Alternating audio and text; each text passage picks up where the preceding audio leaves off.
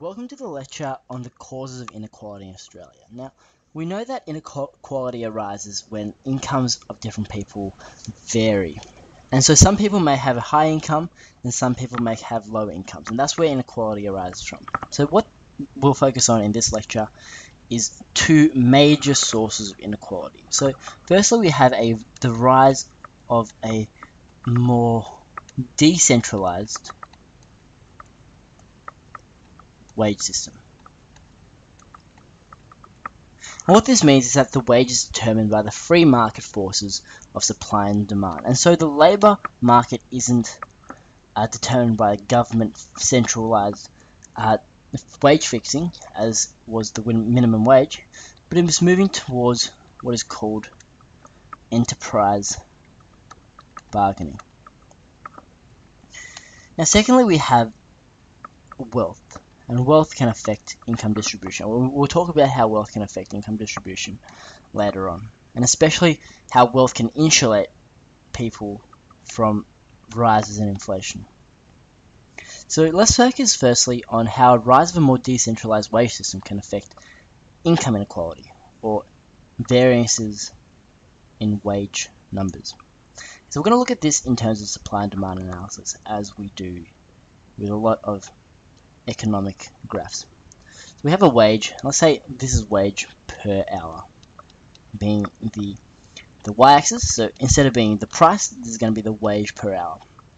And again, we have Q as being the quantity of labor.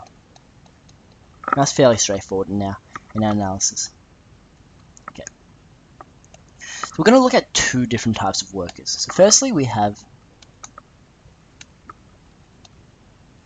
lawyers, or even doctors for that matter. And secondly, we have cleaners. Okay, so we're going to look at lawyers and doctors first. Now, it takes a lot of energy, a lot of training, a lot of skill to become a lawyer or a doctor. And so these are very well-paid jobs in society, and as we know, because they require very high talent, the need for educational qualifications, and such a great deal of skill before they can enter the workforce. And so the quantity of labour here is very low. So the supply of lawyers is very low. And there's the supply line for lawyers. I'm just going to denote this SL for lawyers. And again, the demand for these lawyers will be very, very high, because the economy requires lawyers, and they require doctors to cure certain diseases. They require lawyers to overcome certain legal problems and settle different legal battles and all that. So the demand for lawyers is very high here, and so we reach an equilibrium point of wage around there. So we're going to call this around $500 an hour, and this is a very high wage. And the quantity demanded, we're just going to call this QL, or again to denote lawyers, is around here, which is relatively low. And we can see that because there is such a low supply of labour, the free forces of market, demand and supply, will show that because it is a necessity, and because we require doctors and lawyers and all these high-paid jobs, people to work these high-paid jobs, then the demand will still be there, but this will push the equilibrium price up.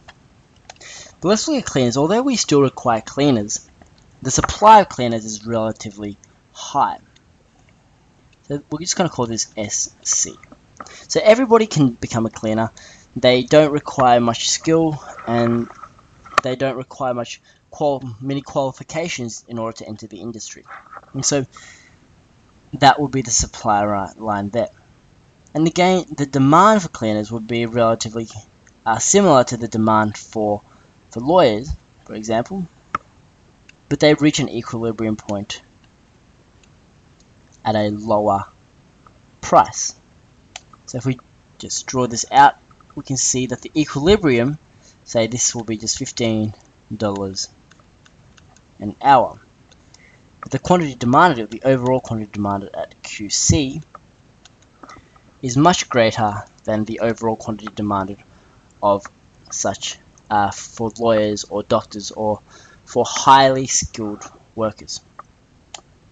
So now we can see that because of this more decentralized wage system, where the wage of certain workers are determined by the free forces of supply and demand, the wage for high or well-paid jobs is determined by a low supply, but a similar demand as, say, for low-paid jobs, such as cleaners, where the supply of cleaners is very, very high. So what this means is that one obvious consequence is that inequality becomes more prevalent because it reflects certain supply and demand conditions reflecting each of these markets. So what I mean by that is, because lawyers and doctors are so rare, because of the relative scarcity of these people due to certain qualifications having need to be met before they could enter the workforce, and because of the high demand for these people to settle litigations, to overcome diseases or to cure people, that's why they're getting paid so much at, say, $500 an hour, as opposed to only $15 an hour for cleaners who only do trivial jobs and in the economy, which are also, although required in the economy, they're not as a necessity as lawyers and doctors are. So that's one cause of inequality, is the rise of a more decentralized wage system, because income is determined by the free forces of market, or the free market forces of supply and demand. And therefore, some people would earn a higher wage simply because the demand for those people or workers are so high, and the supply of those workers are so low, as compared to other jobs where demand for those workers are low, but the supply of those workers are very high. That's the first cause of inequality in income distribution. And secondly, we have what is known as wealth. I'm just going to rub this out to give us a little bit more space. Secondly, we have what is known as wealth. So some people are born rich, so that they are born into a family where your parents, say, have worked very hard and they've earned a good job, and they've invested in a lot of assets, and you have a very, very reasonable or well-off standard of living. And what this means is that because you're wealthy, you could obtain education, you can have contacts, and you find it relatively easier to enter the workforce. So that's where the saying comes from, the rich get richer and the poor get poorer, is because of this wealth factor. When you have wealth, people can invest in assets, and they can insulate themselves from inflation. So when inflation rises, those on a very low wage, they would experience a decrease in purchasing power and therefore a decrease in material living standards. But those who have wealth, they can insulate themselves from a change in inflation, because in most cases, assets such as houses or portfolios, they would rise in value greater or increase at a faster rate than the inflation rate or the existing inflation rate.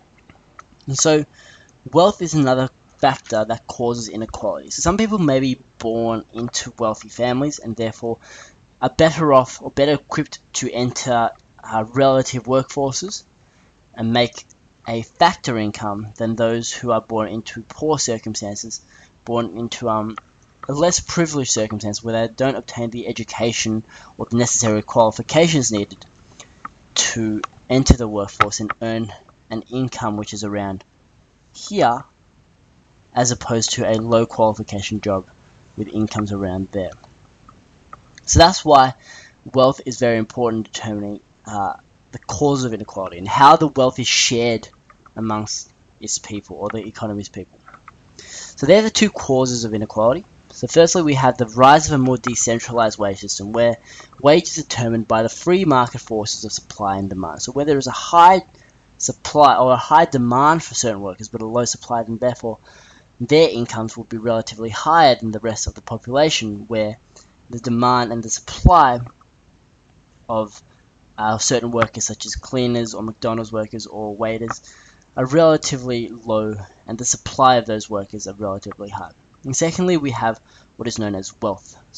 If people were born into wealthy backgrounds, then they could obtain education, the education needed, the qualifications, the skills, the contacts needed to enter the workforce, as opposed to people who are born into less privileged backgrounds, who need to first of all cater for their family, and then educate themselves and work in a more in a job where it demands greater qualification requirements and education requirements as well. So they're the two causes of inequality: rise of a more decentralized wage system and wealth.